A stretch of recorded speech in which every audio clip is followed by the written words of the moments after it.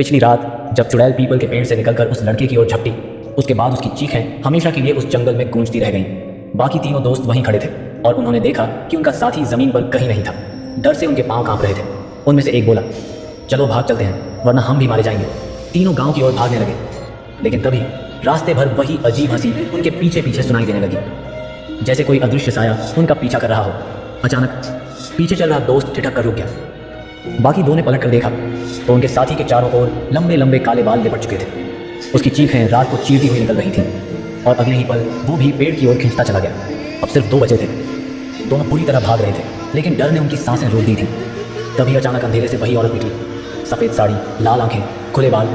उसके नाखून उनके चेहरों के सामने हवा को चीरते हुए निकल गए। एक दोस्त वहीं गिर पड़ा और चीखते हुए जंगल में समा गया। अब सिर्फ एक बचा था।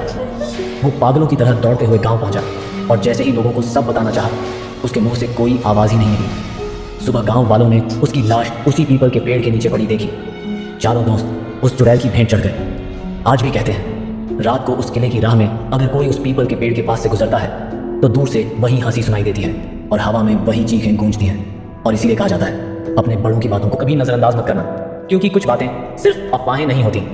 अगर आपको ये कहानी पसंद आई तो चैनल को सब्सक्राइब करो, क्योंकि अगली बार मैं तुम्हें सुनाऊंगा एक और ऐसी सच्ची और रहस्यमयी दास्तान जिससे सुनकर तुम्हारी रूह कांप जाएगी।